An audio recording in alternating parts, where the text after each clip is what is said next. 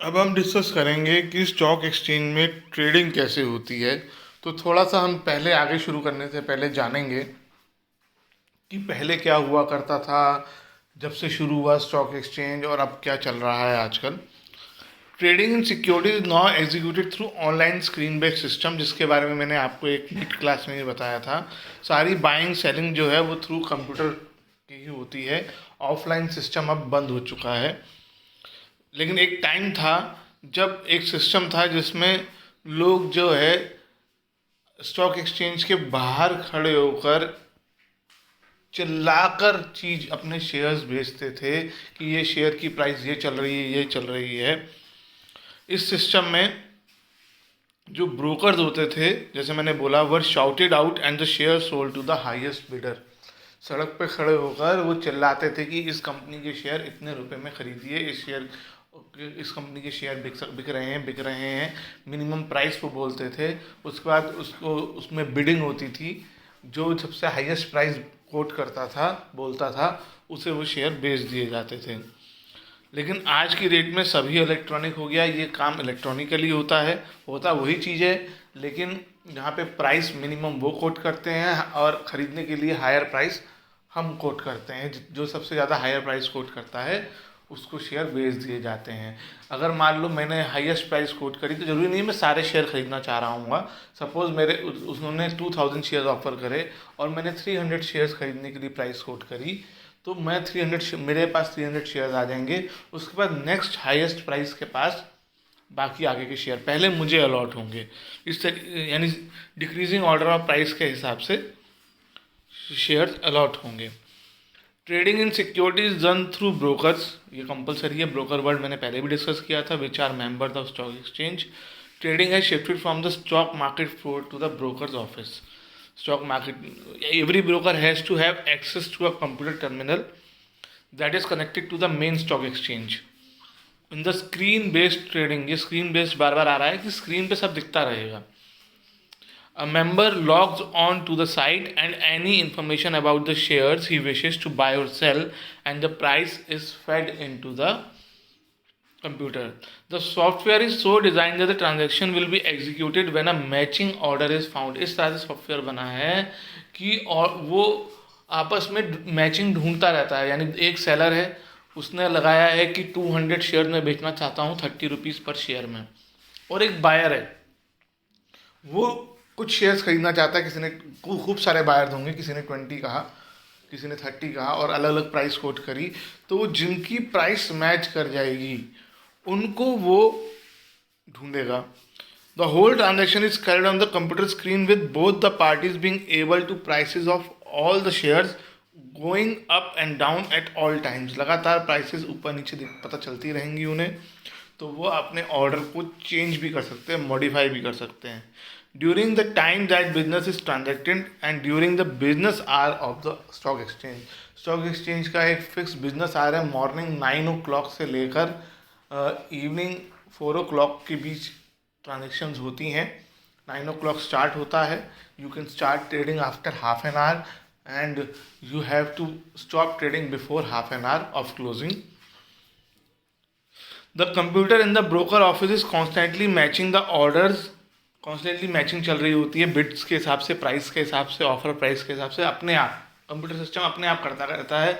आप खरीदने वाले बेचने वाले के बीच में मैचिंग करके उनके ऑर्डर्स एग्जीक्यूट करता रहता है। बेचने वाले के शेयर थोड़े थोड़े करके, जरूरी नहीं कि सारे एक साथ बिक जाएं। जितनी प्राइस कस्टमर मिलते जाएंगे उनकी प्राइसेस वो उन शेयर्स को ऑटोमेटिकली बेचता जाएगा। ऐसे ही खरीदने वाले के लिए भी जरूरी नहीं कि एक ही पर्सन से सारे शेयर खरीदे जाएं। जहाँ जहाँ मैचिंग होती जाएगी उसके हिसाब से वो आपने जो प्राइस कोट करी है उसके हिसाब से वो आपके लिए शेयर्स खरीदता जाएगा। अच्छा, अब इस तरह से इलेक्ट्रॉनिक सिस्टम के क्या एडवांटेज हैं, या ये कहो कि फिजिकल सिस्टम में क्या बुराई थी पुराने सिस्टम में। It ensures transparency and it allows participant to see the prices of all securities in the market while business is being transacted. सब ट्रांसपेरेंट है, सब दिख रहा है, सबको मालूम चल रहा है, खरीदने वाले को भी बेचने वाले को भी सही प्राइसेस का पता चल रहा है। पहले ऐसा नहीं था। पहले अगर आपको कोई सेलर कहता था कि भाई ये इसकी प्राइस मार्केट में 500 है, मुझसे 490 में ले लो, तो आपको यकीन करना पड़ता था, आपके पास कोई प्रूफ नहीं था। आज की डेट में इस तरीके से कोई आपसे झूठ बोल ही नहीं सकता है, आपको सामने सबकी करंट प्राइसेस दिखाई दे रही हैं। It increases efficiency of information being passed on, thus helping in fixing prices efficiently. ये जो इन्फॉर्मेशन है वो बहुत एफिशिएंटली पास ऑन होती है, डिमांड सप्लाई सब स्क्रीन पे आ जाती है और उसके हिसाब से प्राइस डिसाइड हो जाती है ना। और इस वजह से आसान होता है यहाँ पे इंफॉर्मेशन का, सही इंफॉर्मेशन का पता करना। It increases the efficiency of the operation since there is reduction in time, cost and risk of error. Time भी बचता है, कॉस्ट भी बचती है, खर्चा भी बचता है और रिस्क भी कम हो रहा है गलती होने का।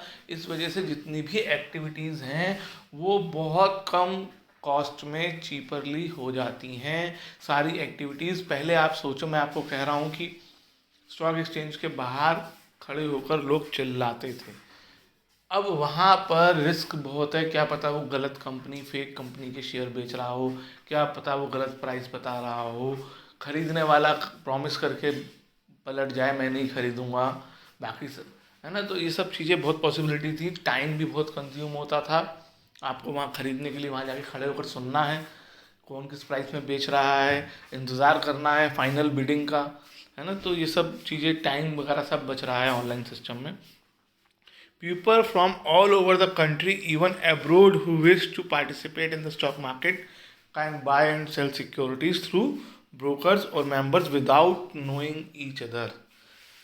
This system is enabled a large number of participants with each other to trade with each other, thereby improving the liquidity of the market. Number of participants बढ़ गए। पहले limited participants थे जिनकी अप्रोच थी, जो पहुंच सकते थे, जो लोगों को जानते थे, जो शेयर में डील करवाते हैं, उन्हीं के थ्रू काम होता था। अब हम बिना जाने बिना पहचाने हम डीलिंग कर सकते हैं, तो नंबर ऑफ पार्टिसिपेंट्स बढ़ गए। इससे शेयर्स की मूवमेंट और बढ़ गई, खरीदना बेचना और बढ़ गया, यानी वो ज़्यादा लिक्विड हो गए। अ सिंगल ट्रेडिंग प्लेटफॉर्म, सबके लिए एक कॉमन ट्रेडिंग प्लेटफॉर्म है। सब अलग अलग सॉफ्टवेयर से एंटर करते हैं, लेकिन सबके, हर कंपनी का अपना अपना सॉफ्टवेयर है, हर ब्रोकर का अपना अपना सॉफ्टवेयर है, लेकिन ट्रेडिंग प्लेटफॉर्म सबका फिर भी सेम है। और इससे क्या फ़ायदा होता है कि कोई रिस्क नहीं रहता फेकनेस का, कि हम गलत वेबसाइट पर हैं या कोई फेक कंपनी के शेयर हम खरीद लेंगे, ये बात नहीं रहती। नेक्स्ट है डीमेटेरियलाइजेशन। ये वर्ड मैंने आपको समझाने की कोशिश करी थी जब हमने गूगल मीट में क्लास ली थी। डीमेटेरियलाइजेशन वर्ड है, it is opposite of materialisation. Materialisation का मतलब जो चीज़ हमारे पास एक्चुअली अवेलेबल हो।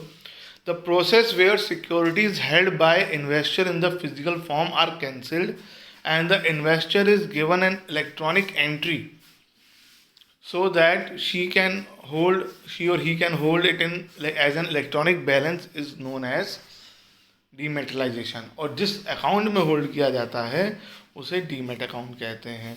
सेबी के लिए ने मैंडेटरी कंपलसरी कर दिया है कि अब डीमेट फॉर्म में ही सिक्योरिटीज़ रखी जाएंगी। पहले शुरू में जब डीमेट आया तो ये ऑप्शनल था। जैसे अभी भी म्यूचुअल फंड्स की बात करें तो म्यूचुअल फंड्स आप दोनों फॉर्म में रख सकते हैं, डीमेट और फिजिकल। लेकिन शेयर्स डिबेंचर्स में अगर आपको डीलिंग करना है तो it is compulsory to keep them in demat form. Holding shares in demat form is very convenient, क्योंकि जैसे बैंक में रखते हैं पैसा रखते हैं, बिल्कुल वैसा ही होता है। फिजिकल शेयर्स को आप कभी भी इलेक्ट्रॉनिक फॉर्म में कन्वर्ट करा सकते हो, और उल्टा भी ट्रू है। मेटेरियलाइजेशन भी हो सकता है और डीमेटेरियलाइजेशन भी हो सकता है और रीमेटेरियलाइजेशन भी हो सकता है। डीमेटेरियलाइजेशन जो है वो अनेबल करता है shares to be transferred from one account to another like cash, और एक ही अकाउंट के थ्रू सभी शेयर, एक ही में सभी कंपनी के शेयर आ जाते हैं। एक ही, यानी अगर आप पेपर में काम करेंगे तो हर कंपनी के अलग अलग डॉक्यूमेंट्स होंगे। यहाँ पर ऐसा नहीं है, यहाँ पे सभी कंपनीज़ के लिए एक कॉमन अकाउंट है। सभी कंपनी के शेयर वहाँ से रखे जा सकते हैं, वहाँ से बेचे जा सकते हैं। These demat securities can even be placed का मतलब इनको सिक्योरिटीज़ की तरह गिरवी भी रखा जा सकता है। जैसे लोग मकान को गिरवी रखते हैं, उसके अगेंस्ट लोन लेते हैं, शेयर डिबेंचर्स को भी गिरवी रख के प्लेज करके उनके अगेंस्ट लोन लिया जा सकता है, लेकिन ये तभी हो सकता है जब वो डीमैट फॉर्म में है।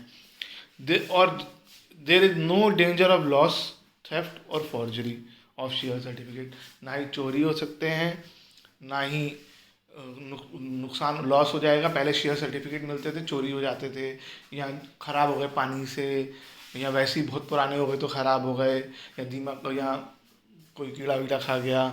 और एक होता है कि वो किसी ने फेक बनाकर बेच दिए और आपके पास ओरिजिनल डॉक्यूमेंट रखे रह गए।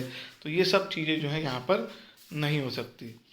It is the broker responsibility to credit the investor account with the amount of sale. जो सेल से पैसा आएगा वो अमाउंट आपके अकाउंट में ट्रांसफ़र हो जाए, ये जिम्मेदारी ब्रोकर की रखी गई है।